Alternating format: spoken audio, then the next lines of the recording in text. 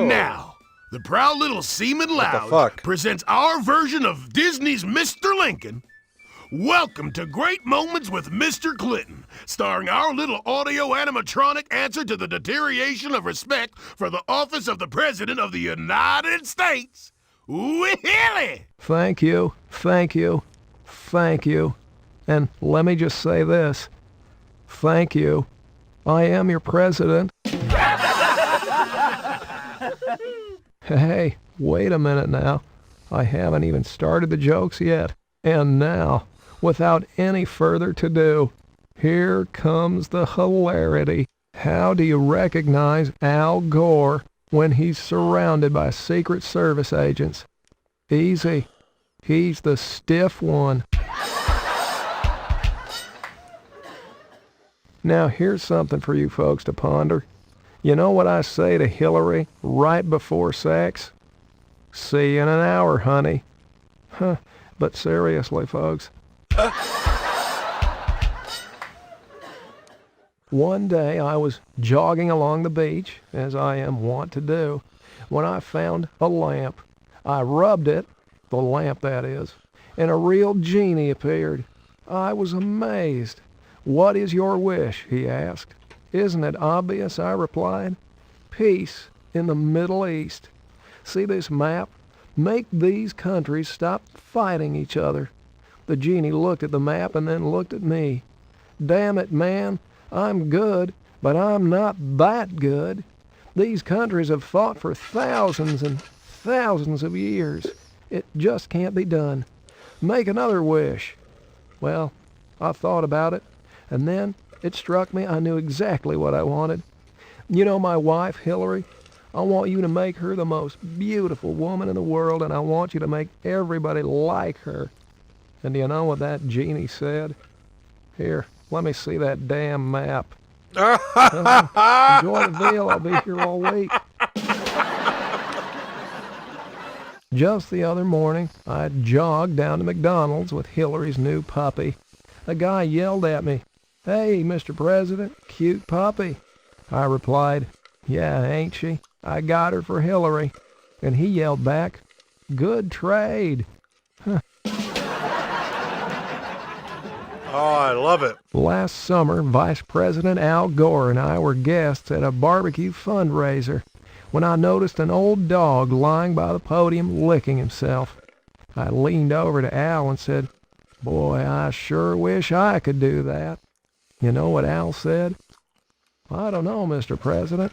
He looks kind of mean to me." I'll tell you that, Al. He can be a real cut-up sometimes. Okay, brace yourselves. This is a killer. Here's a Bob Dole joke for you. How is an old man like a bumper sticker? Well, the older they get, the harder it is to get 'em off. Isn't that right, Elizabeth?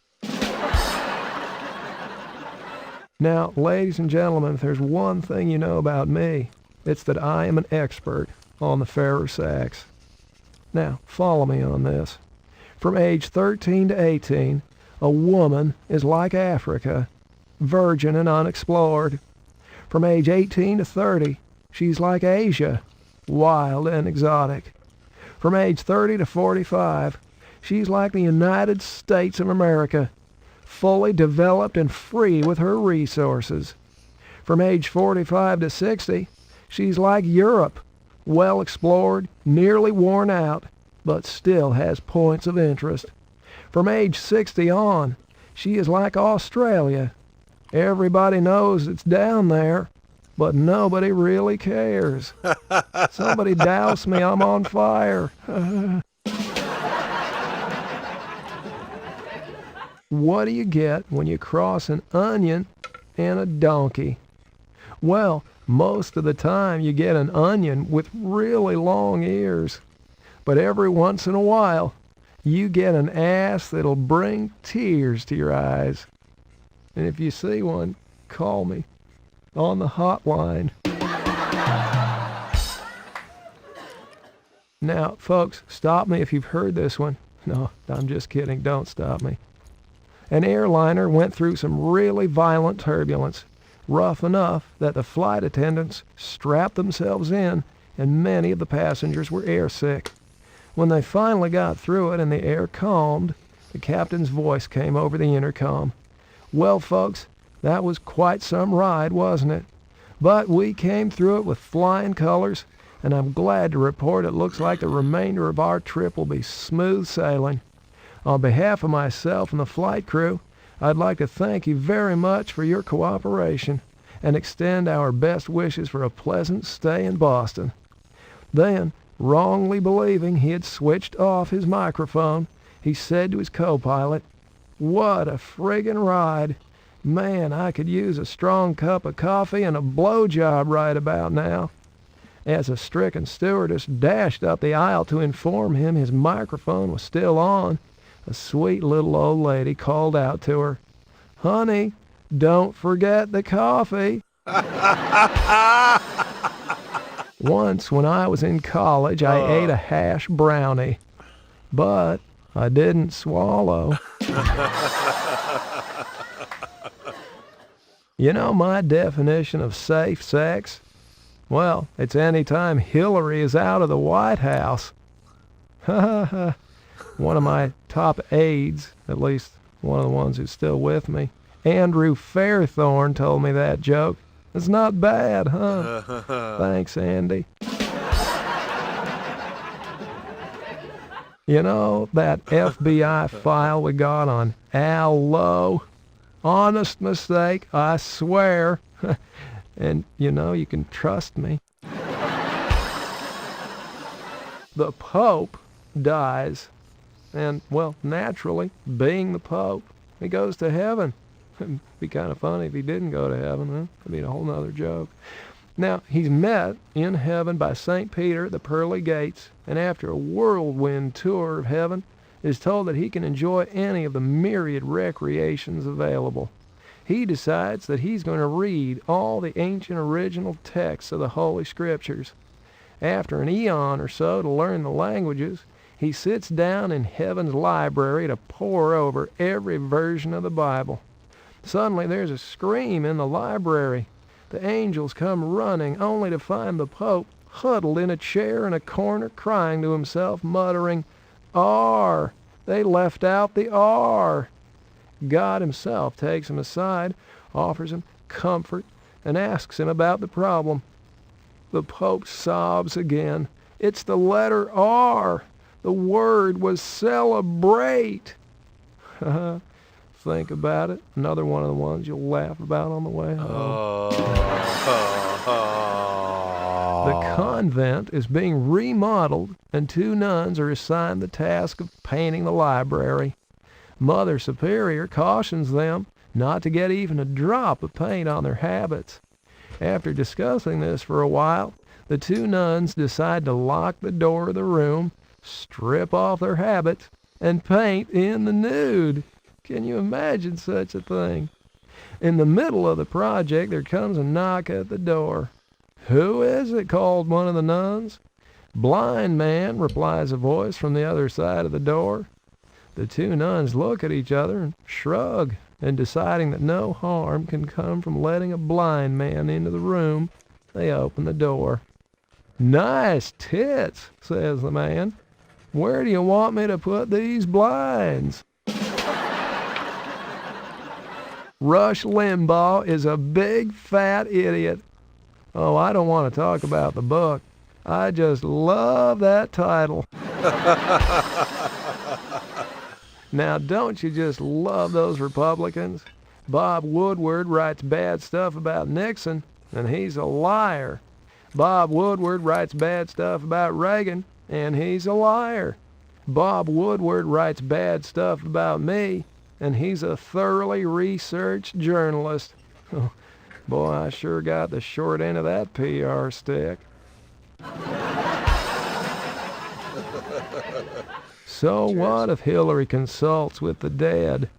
What about Nancy? I say, what about Nancy? The other night, I dreamt I was the Ayatollah Khomeini. Well, then I woke up and realized that Socks was sleeping on my face. Although I had developed a strange affinity for Muammar Gaddafi.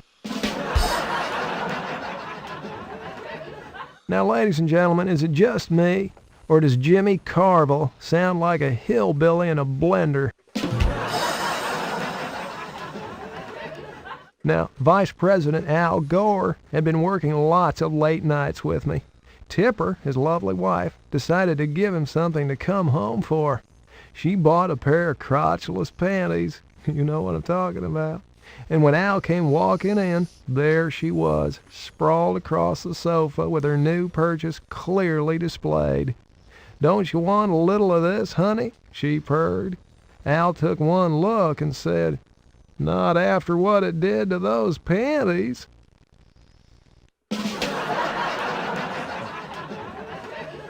A guy dies, unfortunate but true, and he finds himself in hell. He's totally depressed. Sure, I may have led a wild life, he thinks, but I can't believe it was this bad. I didn't know it would come to this. The admissions counselor down there in hell notices his heavy heart. "What's the matter, young man? You seem kind of depressed." "Well, what do you think?" said the young man. "I'm in hell, aren't I?" The counselor replies, "Well, yeah, but it's not so bad. We have a lot of fun down here. Do you drink?" "Well, sure I like to drink." "Well, then you are going to love Mondays. On Mondays, we drink up a storm. Nothing but the finest whiskey, rum, tequila, beer, anything you want and as much as you want. And no hangover, 'cause you're already dead. Yeah, old boy, you're going to love Mondays." "Do you smoke?" "Well, sure I like to smoke." "Well, then you're going to love Tuesdays. On Tuesdays, we smoke up a storm. Nothing but the finest cigars, the best cigarettes, and no worries about cancer, 'cause you're already dead. Oh, yeah, you're going to love Tuesdays. Now tell me, do you do drugs?" "Well, I might have done a few in college." "Well, then you are going to love Wednesdays. On Wednesdays, we do drugs all over the place. You can have all you want of any drug you have ever heard of, and no worries about ODing or addiction, 'cause you're already dead. Oh, I know you're going to love Wednesdays. Hey, do you gamble?" "Well, sure, I like to gamble." "Well, then you're going to love Thursdays. On Thursdays, we gamble up a storm. All day, all night, blackjack, craps, poker, slots, horse racing, you name it. And you never have to pay your bookie, 'cause you got it, you're already dead. Yeah, oh, I just know you're going to love Thursdays.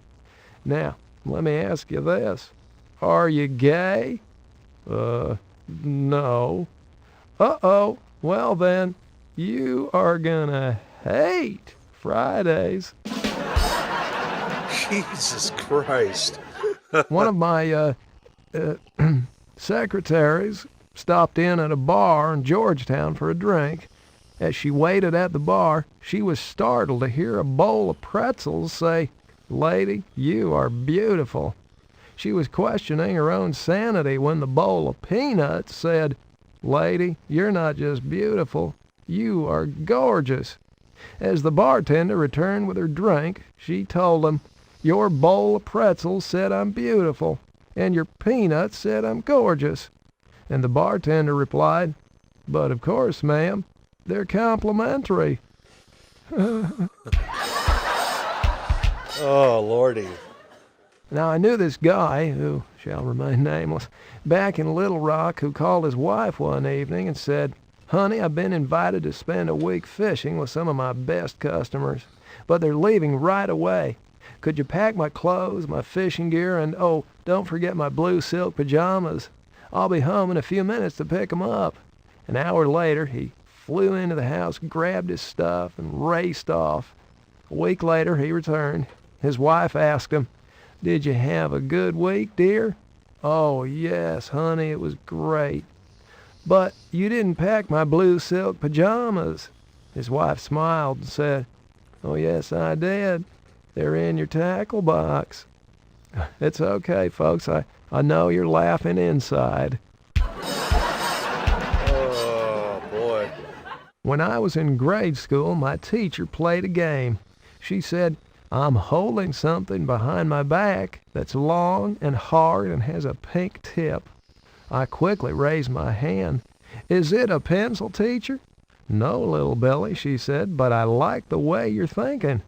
So I put my hand down my pants and said, Teacher, I'm holding something in my pocket that's round and hard and has a head on it.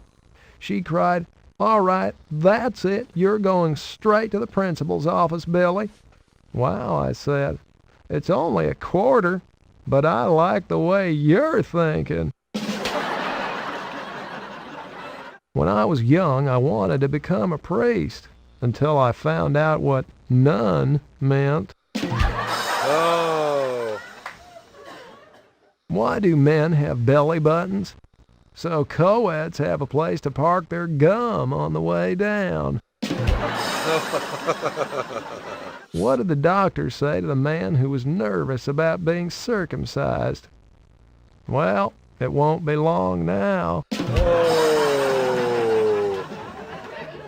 The room service waiter delivering breakfast was greeted by a beautiful young woman in a see-through nightie. As soon as he closed the door, she pounced on him, ripped off his clothes, and screwed his brains out. Afterwards, when they were dressed, she said, Oh, here, I almost forgot, and she handed him $1. What's this for, he asks. Oh, this morning when I asked my husband what should I tip the waiter, he said, Screw him, give him $1. When we were both in college, Al Gore and I went to Fort Lauderdale for spring break. But when I finally found Al, he was very, very sad. Man, I'm just not getting any. What am I doing wrong? So I told him, put a potato in your pants. It gets them every time. The next day I saw him again. Having any luck, Al? No, he says. In fact, I'm doing even worse. So I suggested, Al, try putting the potato in the front. The young lady was obviously displeased with her new lover's performance. You must be the world's worst lay, she scolded. I think not, he replied. That would be too great a coincidence. You see, she was also the worst that he ever, and okay. Good night, drive safely. A young lady answered a personal ad in the paper and arranged a date with a nice-sounding man. At the appointed hour, the doorbell rang, but when she opened the door, she got a big surprise. The nice-looking fellow standing there had no arms or legs. Hi, I'm the guy from the ad in the paper. Yes, but she protested. Oh, you've probably noticed my physical challenges, but look at it this way. Since I have no arms, I can't hit you. Since I have no legs, I can't run around on you. She considered all this. Well, perhaps, and you are quite attractive, but can you satisfy my needs? She said. Well, I reached the doorbell, didn't I?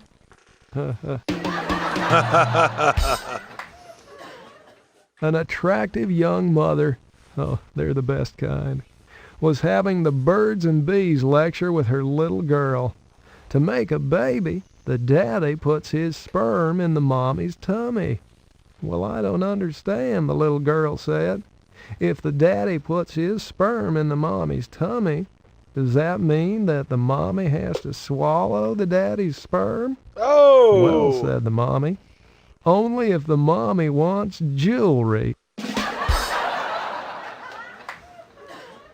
What's the difference between beer nuts and deer nuts? Well, beer nuts are $1 a bag, but deer nuts are under $1. Oh! Now, folks, I thought I would throw in at least one true story here today. This one really did happen, my hand to God. Once a penguin believe it or not, was driving his Cadillac through Arkansas. I saw him go by. Cruising through this small town, his car began to knock and ping. So the Penguin pulled his Cadillac into the local garage. The mechanic said, "It's going to be a couple hours before I can check it out." The Penguin replied, "Well, I'll head across the street and check out that grocery store." He immediately heads into the frozen food section, where he spends the next 2 hours munching on fish sticks and ice cream bars. After a couple hours, the Penguin heads back to the garage. The mechanic takes one look at him and says, "Well, looks like you blew a seal." To which the Penguin blushed and replied, "Oh no, that's just vanilla ice cream." Why don't cannibals eat clowns? Because they taste funny.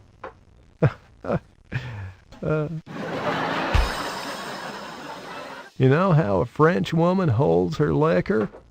By the ears. This is great. What's the difference between Hillary with PMS and a pit bull? High heels and lipstick. A lot of lipstick. Now this one is Al Gore's favorite. A male and female whale are swimming off the coast of Japan when they pass under the very whaling vessel that killed the male's father 5 years before.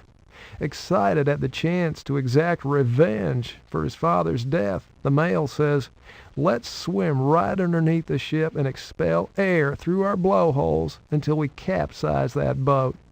That ought to make them think twice about killing innocent whales." The female whale agreed, and together they managed to sink the whaler. But their celebration was short-lived when they noticed that most of the sailors were swimming to shore. "Hey, let's gobble 'em up," cries the male. "No way," says the female. "I agreed to the blow job, but there's no way I'm swallowing semen." I had a buddy back in Arkansas who divorced his new wife when he found out she was a virgin. I asked him, "Why did you do that, Virgil?" And he replied, "Well, hell, if she ain't good enough for her family, she sure ain't good enough for me." The florist delivered a dozen roses to Kate's office. "Damn," she said to her friend. "Now I'll have to spend the entire weekend with my legs up in the air." Her friend replied, "What's the matter, honey? Ain't you got a vase?" I have such a good memory that I can remember events that occurred before I was born. In fact, I distinctly remember going to the drive-in with my father and returning home with my mother. Did you hear they hired a doorman down at the sperm bank? His job is to tell each guy, "Thanks for coming." Do you know the difference between light and hard? Personally, I can sleep with a light on. Here's a hypothetical for you. If you come across Newt Gingrich drowning in the middle of a raging river, and you had a choice between rescuing him or getting a Pulitzer Prize winning photograph, what shutter speed would you use? One night last week, I felt like I needed some inspiration, so I decided to take a long walk. Passing the Washington Monument, I prayed to the spirit of President Washington, the father of our country. "George, you were our country's first great leader. Everyone trusted you. How can I gain the people's trust?" And I swear I heard the voice of President Washington say to me, "Never tell a lie." I thought this over as I continued on my walk. Passing the Jefferson Memorial, I prayed to the spirit of Thomas Jefferson. "Thomas, you established the basis for our entire legal system. You were a very popular president. How can I improve my popularity?" And I swear I heard the voice of President Jefferson say, "Never raise taxes." I winced a little, but I kept on walking. Passing the Lincoln Memorial, I was getting desperate, so I prayed to the spirit of President Lincoln. Honest Abe, you were a man of great integrity. You abolished slavery and, in so doing, helped free all Americans from an uncivilized institution. Abe, how can I set our people free today? And you know what that dang Lincoln said to me? Go see a play. What does George Bush have in common with Jennifer Flowers? They were both upset when I finished first. Hillary bounded into the Oval Office today. Why are you so happy? I asked her. Oh, I just came back from Bethesda Naval Hospital and my annual physical, she replied. The doctor said I had the breasts of a 25-year-old. Well, I asked her, what did he say about your 50-year-old ass? Oh, she replied, your name didn't come up. Chelsea, my lovely daughter, you know, she was out walking with a couple of her girlfriends when they spotted Newt Gingrich himself about to be run over by a car. They quickly pulled him out of the way and onto the curb. Well, you saved my life, ladies, said Newt. As Speaker of the House, I'm a very powerful man here in Washington. What could I do to repay you? The first girl says, I want to go to Georgetown. Newt replies, consider it done. The second girl says, I want to go to West Point. Newt replies, no problem, I'll take care of it. Now he turns to Chelsea. And what can I do for you, Chelsea? She says, I want to be buried in Arlington National Cemetery. Newt says, well, that's an odd request for such a young woman. Well, maybe so, says Chelsea. But when my daddy finds out I saved your life, he's going to kill me. She is such a scamp. I mean, you know that really wouldn't happen. I'm not going to kill my own daughter. One night in the middle of nowhere, a traveling salesman car breaks down right by a farmer's house. The salesman knocks on the farmer's door. The farmer answers and says, sure, you can spend the night here, but you have to sleep with my 19-year-old son. But only if you promise not to... Wait, never mind, interrupts the salesman as he starts back to his car. I'm in the wrong joke. Newt Gingrich and I were discussing family values. Newt said, I never slept with my wife before we were married. Did you? And I replied, well, I don't know, Newt. What was her maiden name? What do a hurricane and a marriage gone bad have in common? They both start off with a lot of sucking and blowing, but in the end, somebody loses a house. Say, did you hear about the scientists that discovered the million-year-old bacteria inside that meteorite from Mars? Oh, it's great to know that somewhere there's a life form older than Bob Dole. Some of the women in Arkansas are so fast, I had to put a governor on them. Jesus. Two nuns were bicycling down a cobblestone street when the first one said, Sister Catherine, I don't believe we've ever come this way before. And Sister Catherine replied, must be these cobblestones. Damn, this game. Well, it seems a woman walked into the pro shop at a country club with tears streaming down her face. The golf pro said, oh my God, lady, what happened? She replied, I got stung by a bee. Golf pro said, I'm so sorry. Where did it happen?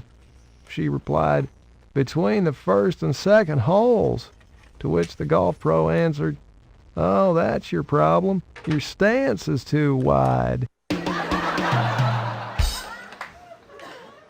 You know, I've been in love with the same woman for over 20 years. And if Hillary ever finds out, she'll kill me. You know the worst 3 words you can hear while making love? Honey, I'm home. You know the difference between a liberal and a puppy? The puppy stops whining once it grows up. Why was Ross Perot's wife glad he didn't get elected? 'Cause if he won, she'd have had to move to a smaller house in a bad neighborhood. You know why Arkansas only holds drivers training classes 3 days a week? The other 2 days, they use the cars for sex education. Oh. See, they get in the back seat and they drive to a secluded, never mind. You know Paula Jones' favorite game? There's a shit ton of this. Swallow the leader. You know why we didn't stage a White House Christmas pageant last year? Couldn't find 3 wise men or a virgin. Hillary and I were at the opening game of baseball season. A Secret Service agent whispered something in my ear. I looked at him funny, but figured, well, okay, he works for the Secret Service. So I grabbed Hillary by her belt and the scruff of her neck, and I tossed her over the seats and out onto the playing field. The Secret Service agent looked shocked and whispered to me again. I looked at him and said sheepishly, "Oh, first pitch." Other than me, you know the best thing that ever came out of Arkansas? Interstate 55. The Senate held a spelling bee, and the finalists were Dan Quayle, Ted Kennedy, and Bob Packwood. You know who won? Dan Quayle. Yep, he was the only one who knew that harass was one word. What's the difference between a porcupine and a limousine filled with lawyers? On the porcupine, all the pricks are on the outside. Rush Limbaugh and Janet Reno found themselves alone on an elevator. Janet grabbed the stop button and pulled it out, stranding the pair between floors. She stripped off her clothes, threw them on the floor, and ordered, "Rush, make me feel like a real woman." Oh. So Rush took off his clothes, threw them on the floor, and ordered, "Iron and fold these." You know why Al Gore abolished coffee breaks for civil servants? Took too long to retrain them. See, in the 10 minutes it took to drink a cup of coffee, they would virtually forget everything that they ever... Okay, moving on. The Secret Service got a real scare the other day when somebody threw a can of beer at me. Fortunately, it was a draft, so I dodged it. Oh. I'd like to state categorically that there's absolutely no truth at all to the vicious rumor going around that at my inauguration I had the Marine Band play "Inhale to the Chief." Jesus. Hey, did you hear about the blind prostitute? Well, you gotta hand it to her. You know how Las Vegas is different from Washington, D.C.? In Vegas, the drunks gamble with their own money. You see, in D.C., they do it with yours. Yeah. A man walks into a doctor's office. "Doc, you gotta help me. Do something about my voice." "Why, certainly, sir. Take off all your clothes and hop up here on the examination table." "Whoa, never mind. I can see exactly what your problem is. You suffer from penile elongation." "Is it serious?" "Oh, it's a simple operation. We'll just shorten you a foot or so. You'll still have plenty left to live a full, rewarding life." And so he did. About 3 months later, the same guy returned. "Doc, remember that operation you did? I kind of miss, the way I used to be. How about sewing part of that back on?" To which the doctor replied, "No way, a deal's a deal." You see, the doctor's voice had changed because what he had done was he took the severed member and reattached it. Well, I think you can finish the picture for yourself. What's the difference between a tribe of wily pygmies and a girls' track team? Well, one's a bunch of cunning runts. Oh! These two explorers were on safari out in the jungle, and they got captured by a tribe of natives who dragged them back to their village and tied them up to a stake. The chief of the tribe came up to one of them, looked him in the eye face to face, and said, "I give you a choice, death or Kiki." Well, the explorer looked around and said, well, "I'll take Kiki." And the chief said, "Okay, Kiki." They untied him, they threw him down on the ground. All the men in the tribe had sex with him, and they beat him to a bloody mess with spiked clubs. The chief went up to the other explorer, looked him in the eye, and said, "I give you a choice, death or Kiki." The other fella, he said, "Well, are you kidding? I'll take death." The chief replied, "Okay, death. But first, Kiki." It seems there were these two brothers who worked very hard on the farm every day. Have a good one, tilling the Basaka. soil. We're watching a whole comedy show. One day they decided that they needed a vacation, so they went to the big city to live it up for one weekend.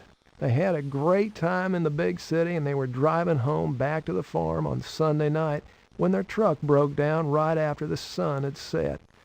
They looked around and saw that there was only one farmhouse within walking distance.